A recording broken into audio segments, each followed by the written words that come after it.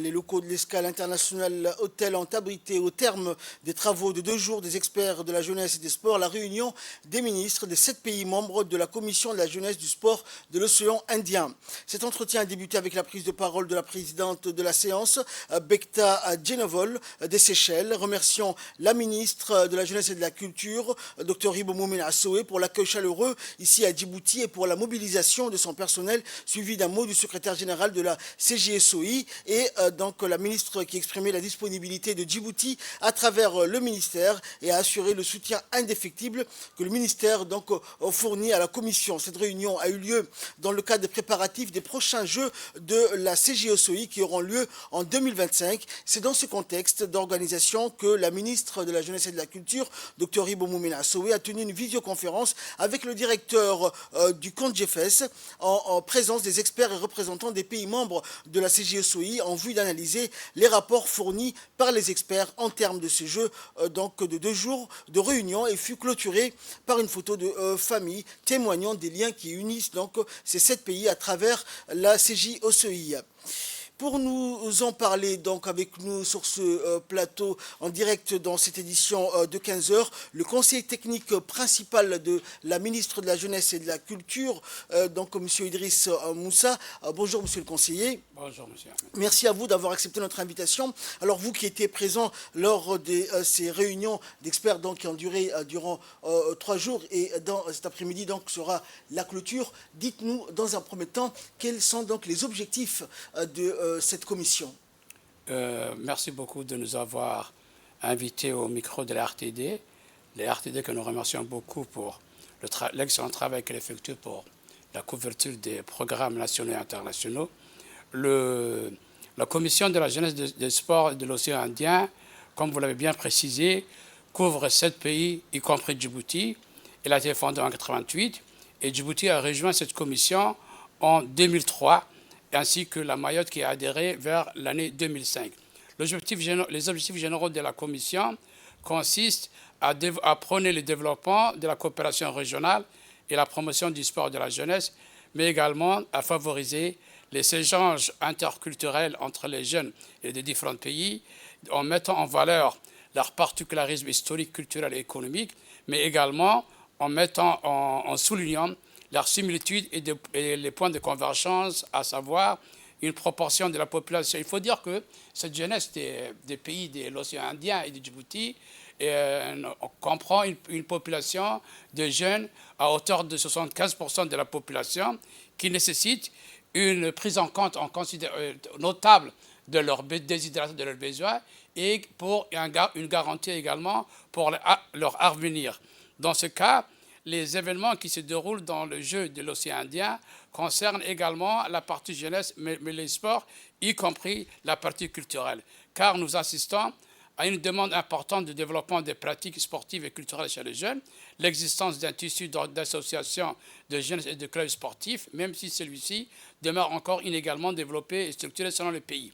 Les objectifs spécifiques de la Commission de la jeunesse et des sports de l'océan Indien, ce sont d'abord les rencontres sportives, après il y a les rassemblements de jeunes à travers l'organisation tous les 2 ans d'un rassemblement de jeunes des pays membres. Le but de ce rassemblement est de favoriser la rencontre entre les cultures de ces jeunes, d'aider les jeunes à construire ensemble la communauté de l'océan Indien grâce à la connaissance de chacun, de favoriser la prise des responsabilités et la réalisation des tâches d'intérêt collectif.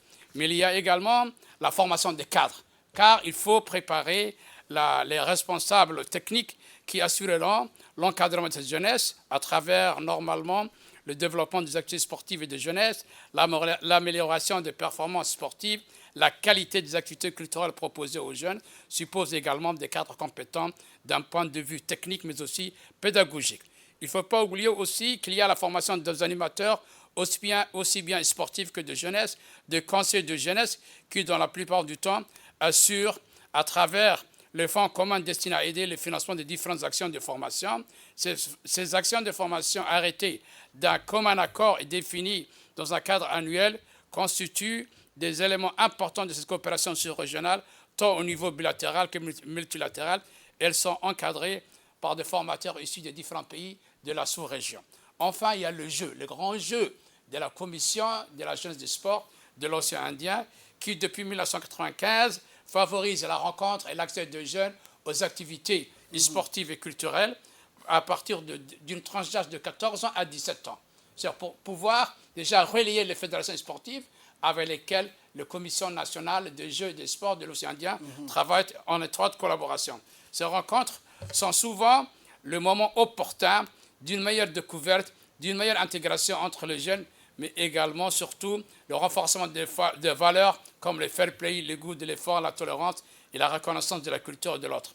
Et à titre de rappel, il faut signaler que Djibouti a abrité en 2018 le 11e jeu de la Commission de la jeunesse et des sports de l'océan Indien.